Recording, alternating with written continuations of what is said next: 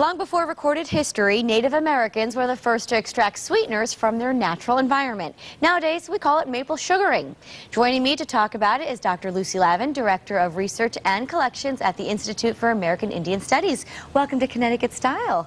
Thank you so much for inviting me. So, Doctor, you have an event on March 17th. It's the annual Maple Sugaring Festival. Sounds very New Englandy. Sounds fun. What can people expect? It is, and it's very traditional. It is a traditional Native American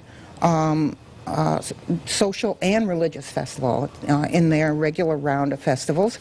And what we normally do is it starts at 11 and goes to 3, and all during that time we have ongoing demonstrations of the traditional Native American way of making maple sugar and maple syrup.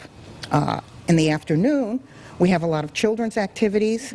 I'm not quite sure what they'll be. Education department puts them on, and they're usually a number of Native American games, making Native American crafts, storytelling, things like that. And then between 11 and 1, the visitors can come down to our building and enjoy free pancakes with Connecticut, with the syrup, right? Connecticut maple syrup, which you said is the best, right? Yes, it is, and coffee and orange juice. Sounds fantastic. All right, well, let's talk about some of the artifacts here. They're used in the process of sugaring. They are. They are. First of all, Euro-American maple sugaring is usually done with metal utensils. Okay. An electric drill.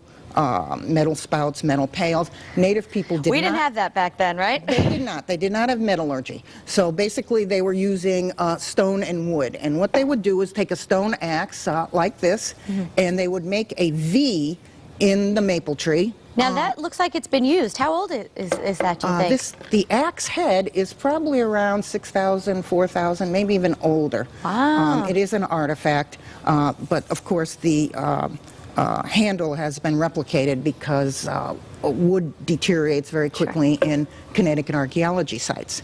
So you'd make a V, and then at the base of that V, they would take a hollow reed or a hollow twig. For example, a sumac has hollow twigs, an elder has hollow twigs, and they would put it into that V. They would attach it with pine gum or spruce gum, and we're looking at some pictures right now of the process.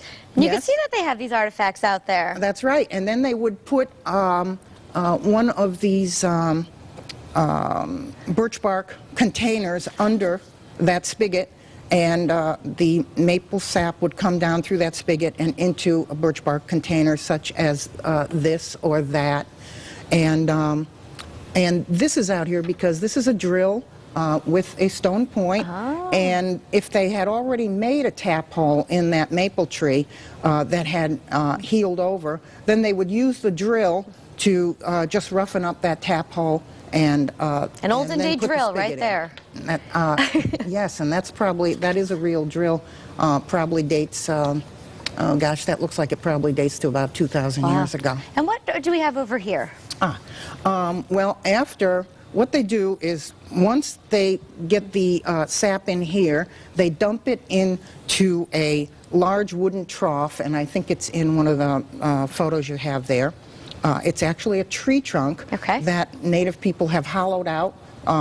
They burn it and then they scrape it and make this hollowed out tree trunk, and they pour the sap in there.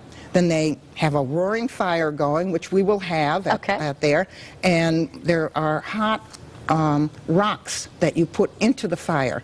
You pick those rocks up, not with your hand though, but you pick them up because they are red hot, and put them into the sap. And this is how you get them to boil. And you have to constantly watch it, especially if you're going to make sugar. Because it burns quickly. And Doctor, you know, we're out of time. I hate to cut you off here, but I'm getting yelled at again. We just want to remind people that the event is Saturday, March 17th from 11 to 3 at the Institute for American Indian Studies. That's in Washington, Connecticut. For more information, go to iaismuseum.org. It sounds like a great event, and we'll learn all about it there. I'm sorry I didn't get to these because this is what they store the sugar in. All right, well, we'll look online for more info.